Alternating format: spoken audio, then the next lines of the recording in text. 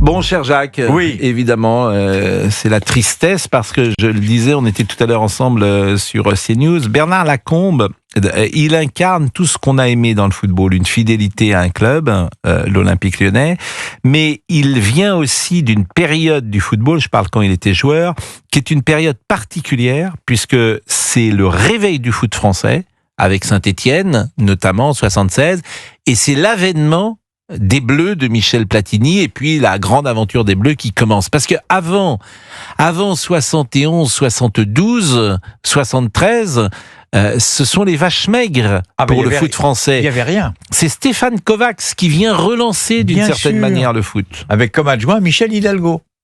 Bien sûr, oui. bien sûr. Et donc Michel Hidalgo parlez dans le micro comme on vous dit à chaque fois. Michel Hidalgo récupère l'équipe de France. Et puis, il fait de la magie avec des joueurs, dont Bernard Lacombe, dont Michel Platini, dont Jean Tigana, dont Alain Giresse, des joueurs assez exceptionnels qui gagnent l'Euro 84. En fait, Bernard Lacombe, il fait partie de ce patchwork du renouveau du football français avec des joueurs, comme je viens de noter, signaler des joueurs magiques. Je parle de Battiston, on peut parler de la Coupe du Monde de 82, on peut parler de plein de choses avec Bernard Lacombe, on peut parler de tous les titres qu'il a eu avec l'Olympique Lyonnais, avec tous les titres qu'il a eu avec les Girondins de Bordeaux, son passage, je veux dire, à Saint-Étienne, tout le monde s'en souvient. L'attaque, en toute simplicité, c'était Dominique Rocheteau, Bernard Lacombe. Et ils ont mis je sais pas combien de buts à eux deux. J'ai eu Dominique Rocheteau tout à l'heure, ils sont tous très émus.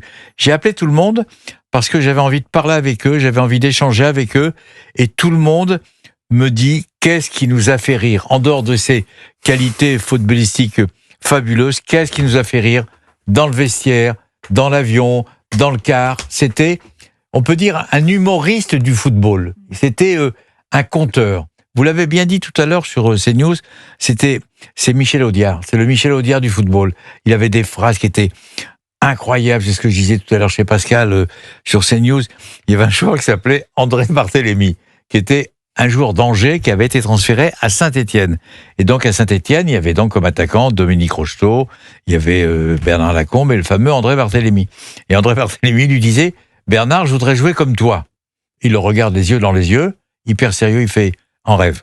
Donc vous voyez, ouais, il l'avait tué d'entrée. Il lui dit mais c'est impossible. Mais il respire le foot. Ce qui est formidable chez ces gens-là, en fait, il y a quelque chose qui a sans doute changé par rapport à la génération d'aujourd'hui, c'est que leur vie c'est le football. J'ai envie de dire il y a rien d'autre. Rien d'autre. Là, il y a la famille, bien sûr, il y a les enfants, évidemment, mais c'est 24 heures sur 24. Ils regardaient sans doute tous les matchs de football. Ces gens qui respirent le football. T'as l'impression que voilà, la vie tourne autour du football. Alors qu'il me semble qu'aujourd'hui, il y a parfois dans la jeune génération, il y a des centres d'intérêt qui peuvent être divers. Non, mais vous avez cette génération avec Alain Giresse, il y a un côté obsessionnel du football. C'est-à-dire qu'il se réveille le matin, ils parlent football. Ils vont acheter les journaux. À l'époque, on achetait les journaux. Oui, mais c'est vrai. Il allait acheter les journaux. Il allait au kiosque à Bordeaux ou à Lyon. Il achetait les journaux locaux. Il achetait le Progrès. Il achetait l'Équipe. À Bordeaux, il achetait Sud-Ouest, etc. Ils ne vivaient que pour ça. Bon. Ils allaient à l'entraînement. L'entraînement était pour eux un plaisir. Oui, exactement. Bien sûr. Ils étaient contents d'aller à l'entraînement. Oui. Ils étaient contents l'odeur du gazon, en fait. L'odeur du gazon, l'odeur du camphre dans le vestiaire. Et puis les plaisanteries à 2 balles qu'on a tous fait dans un vestiaire. Donc ils avaient besoin de tout ça. Et puis un jugement sûr, c'est ça. Parce que qu'est-ce qui est dur dans le football ? C'est le jugement. Notamment des jeunes joueurs. Tu vois quelqu'un qui a 13 ans, 14 ans, 15 ans, de le projeter, de voir le potentiel. Je veux dire que celui qui arrive à voir un potentiel dans un gosse de 15-16 ans, son œil vaut de l'or. Parce que tu peux prendre ou ne pas prendre. Et son jugement est quand même sûr. C'est ça qui est, et c'est tellement difficile. D'abord, il a joué avec des grands joueurs. Donc il connaît le haut niveau. Il a joué avec Michel Platini, bien sûr, Alain Giresse, on l'a dit. Et puis il a joué aussi avec 2 personnes qui ont été le détonateur, je parle de sa carrière footballistique, qui ont été le détonateur de son immense talent. Fleury Dinalo, qui a été un immense joueur de l'Olympique Lyonnais, et surtout Serge Chiesa. Évidemment, ça parle pas à des auditeurs de maintenant, parce qu'il y a quand même 50 ans, donc ça ne nous rajeunit pas, mais c'est des 2 garçons qui l'ont construit. Et donc, quand il est parti à Bordeaux, il a fait son métier de footballeur. Après, il est revenu, superbe idée de Claude Bèze, à Jean-Michel Aulas. Jean-Michel Aulas reprend l'Olympique Lyonnais. Et Bèze, le président de Bordeaux, lui dit, mais qu'est-ce qu'il faut que je fasse? Il me dit, tu prends 2 anciens. Il prend Raymond Domenech comme entraîneur et Bernard Lacombe comme manager général, et ils réussissent un truc phénoménal. Ils sont 7 fois champions de France, ils font des demi-finales de Ligue des Champions, et Lyon est l'un des plus grands clubs du football français de ces 30 ou 40 dernières années, grâce au duo Jean-Michel Aulas, Bernard Lacombe. Faut pas l'oublier, ça. Faut pas l'oublier. Mais bien sûr que Jean-Michel Aulas, c'est le plus grand, disons-le, Jean-Michel Aulas, c'est le plus grand patron de l'histoire du foot français. Mais bien sûr. Parce que, en plus, ça s'est bien terminé, alors que parfois, avec d'autres présidents, et paix à leur âme, bien sûr, mais ça s'est pas toujours bien terminé. Mais lui, il a vendu son club, et on voit aujourd'hui dans l'état dans lequel est son club, puisque depuis qu'il s'en occupe plus, c'est quand même pas la même chose. Il est 11h12, nous sommes avec l'excellent Jacques Vendroux, Bernard Lacombe, qui avait marqué un but de la main. Il avait contrôlé de la main et il s'était emmené le ballon comme cela dans sa course en 1973, lors d'une célèbre finale de Coupe de France entre Nantes et Lyon, où il y avait eu... Arbitre Joël Quignou. Non, Robert Wurtz. Ah, c'est Robert Wurtz. Évidemment, Joël Quignou, c'est la deuxième finale. Voilà, mais Robert Wurtz, et qui va valider 2 buts de 2 mains. C'est-à-dire que Didier Kouékou avait marqué sur corner un but de la main du poing. Didier Kouékou, qui est toujours de ce monde d'ailleurs, et qu'on peut saluer. Et puis Bernard Lacombe, lui, s'était emmené le ballon. Et il faisait très chaud ce jour-là. Nous, on était nantais, donc on était dans notre poste, en noir et blanc. Et Nantes jouait en rouge. Et vous savez pourquoi Nantes jouait en rouge et Lyon en blanc? Non, pourquoi? Mais parce que la télé était en noir et blanc. Donc fallait un maillot foncé et un maillot clair. C'est aussi bête que ça. Nantes n'a jamais joué en rouge de sa vie. C'est incroyable ce que vous racontez, Pascal. C'est un autre monde. Mais bien sûr, il y avait un peu de télé couleur, mais il y avait surtout des télés en noir et blanc. Donc à la télé, si Nantes avait joué en jaune, t'avais vraiment du mal à différencier. Bah oui. Si Nantes avait joué en jaune, Nantes, le jaune à la télé, c'est blanc. Donc les téléspectateurs, il a complètement raison, c'est la vérité. Les téléspectateurs n'auraient pas pu. Et j'ai récupéré le maillot blanc de Raymond Domenech. Voilà, maintenant vous savez tout. Ah, vous pouvez le faire gagner aux Non, arrêtez. Et moi, figurez-vous que je dois avoir, parce qu'un maillot de cette finale-là, j'en ai un aussi, c'est un des rares maillots que j'ai, de Hugo Bargas, et qui joue avec le numéro 4, et c'est un maillot rouge avec Perrier dessus, puisque Perrier était le sponsor de la Coupe de France. Jacques, alors un mot quand même sur le joueur qu'il était, parce que c'est un joueur à l'ancienne, c'est un joueur tout en finesse. Le foot a changé, il est devenu beaucoup plus physique. Par exemple, c'était pas le joueur le plus doué de la tête, parce qu'athlétiquement, il ne fait pas 1m85 ou 90 comme les joueurs sans doute d'aujourd'hui. Mais il y a et puis il y a une particularité. En 84, la France est championne d'Europe, il marque pas un but. C'est Michel Platini qui marque 9 buts sur 13 en 1984. Mais c'est le deuxième meilleur buteur de l'histoire de la première division. Vous vous souvenez, le meilleur buteur de tous les temps s'appelle Delionis. Oui. Et le deuxième meilleur buteur, c'est le Français Bernard Lacombe. Et dans tous les clubs où il est passé, je parle en Ligue 1, première division comme on disait jadis. À l'époque, l'Olympique Lyonnais bien sûr, l'AS Saint-Étienne où c'était pas simple, Saint-Étienne avec, je le disais, Rocheteau et surtout Bernard. Et puis c'est vrai que après il y a l'avènement, l'éclatement de sa carrière, si on peut parler comme ça, aux Girondins de Bordeaux, où ils ont une équipe incroyable, mais surtout où il a joué, Bernard, surtout à Lyon, un peu à Saint-Étienne, mais surtout à Bordeaux, c'était des mecs qui s'aimaient, c'est des mecs qui se respectaient, c'est des mecs qui se voyaient en dehors du terrain d'entraînement, en dehors des matchs, en dehors de ce qu'on peut appeler maintenant la mise au vert, etc. Ils avaient des rapports privilégiés, et il y a quelqu'un à qui je pense, qui est effondré, René Girard. Ça vous parle, René Girard? Bien sûr, René Girard. C'était son ami, c'était son confident. René Girard, il jouait le poste numéro 6, celui qui déblayait un petit peu. Oui, il déblayait Gentilgana aussi. Il cassait les joueurs adverses de temps en temps. Oui, enfin, il était un petit peu rude comme Gentilgana. C'était Léon. Mais oui, mais je sais, mais Pascal, je sais. Mais moi, j'adore René Girard. On va pas refaire les Bordeaux Saint-Étienne historiques. Et il jouait à Nîmes. Et puis il y avait... C'était des tueurs à gages sur les terrains. Je peux vous dire, certains l'un des rares, parce que Bernard Lacombe est très très courageux. Parlez dans le micro. C'est l'un des rares, mais je parle dans le micro. Non, vous parlez pas dans le micro. Il a toujours défendu, Pascal. Il fait de la télé, il parle pas dans le micro. Mais je parle dans un micro, mais là, je m'excuse, monsieur Jardin. Je m'excuse, monsieur Jardin, je vous écoute, je vous lis, je vous regarde, etc. Je suis désolé de ce spectacle, de la part de Pascal qui devient pathétique, etc. Donc, je m'en excuse auprès de vous, qui est d'un grand écrivain, etc. Pour être sérieux, il adorait, par exemple, c'est l'un des rares qui est parti défendre Claude Bess quand il était en difficulté. C'est l'un des rares qui est parti le voir en prison avec Didier Kouékou. C'est l'un des rares on parlait du football d'avant. Le football d'avant, il a une qualité extraordinaire. Il y avait l'amitié, il y a la fidélité, il y avait le respect. Vous voyez les joueurs de Bordeaux ou de Lyon et de Nantes de l'époque, quand ils se voient, ils s'embrassent. Oui, parce qu'ils ont passé plus de temps ensemble. Alors, quel est le point commun entre Alain Giresse, Henri Michel, Dominique Rocheteau, Bernard Lacombe, et je pourrais en citer plein. Quel est leur point commun ? Ils sont tous joués en France. Aujourd'hui, ils seraient tous ailleurs. Évidemment que avec le talent de Bernard Lacombe, ils joueraient à Manchester, ils joueraient à Liverpool, que sais-je. Et dans le temps, tous les joueurs français restaient en France. Le premier qui est parti, c'est Michel Platini à la Juve. Six est parti en Turquie et puis en Angleterre, mais il n'y avait pas un joueur qui partait. Il y a eu Bonifaci dans les années 40-50 qui est parti jouer en Italie. Écoutez, il y a Marion Vigneschi qui est parti jouer à la il y a eu quelques joueurs. Qu'est-ce qui se passait, par exemple, Henri Michel, il restait toute sa vie de footballeur à Nantes. Les joueurs restaient, et Larquet est resté le plus longtemps à Saint-Étienne. Il a terminé au Paris Saint-Germain, mais tu restais dans un club. Dernière chose, Jacques, hier, parce que vous êtes amis avec Bernard Lacombe, vous étiez avec lui. Vous étiez dans cette chambre d'hôpital où il est mort hier soir, parce que sa mort était, hélas, c'est annoncée. Une clinique en dehors de Lyon. Hélas, sa mort était annoncée, ou en tout cas programmée, depuis de nombreuses semaines. Il allait mal. Et vous avez quand même pu échanger avec lui, avec son épouse, sans doute hier. D'abord, et vous le comprendrez, j'ai une pensée immense pour ces deux garçons.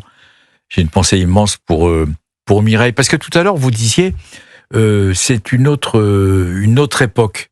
Sauf que, par exemple, on parle de Mireille Lacombe, ou on peut parler d'autres femmes de joueurs. À l'époque, c'est les femmes qui s'occupaient de tout. Donc, elles s'occupaient de tout, de tous les détails techniques, de l'appartement, elles s'occupaient de tout. Et le mari ne se consacrait qu'au football. Et oui, mais c'est très important, c'est-à-dire qu'il n'y avait pas de soucis, il n'y avait pas d'erreur, parce que c'était l'intérêt de la famille. Avec nostalgie de ce temps où la femme était au service de son mari, c'est ce que vous voulez dire. Quelque part, oui, je vais passer un petit message. Voilà. C'est sympa. Passons. Non mais c'est vrai qu'hier, l'histoire. Vous êtes fou. Mais je suis pas fou si je dis la vérité, c'est tout. Les femmes, elles s'occupaient de tout. Les épouses, beaucoup d'épouses ont essayé de nous protéger, etc., de nous aimer. Et maintenant, je reconnais qu'on demande une certaine forme d'indépendance, etc. Mais bon, c'est comme ça, c'est la vie. Mais c'est la vie.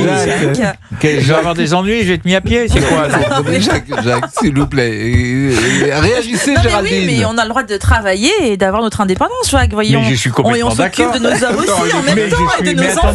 Mais attendez, mais vous voulez m'embarquer où là ?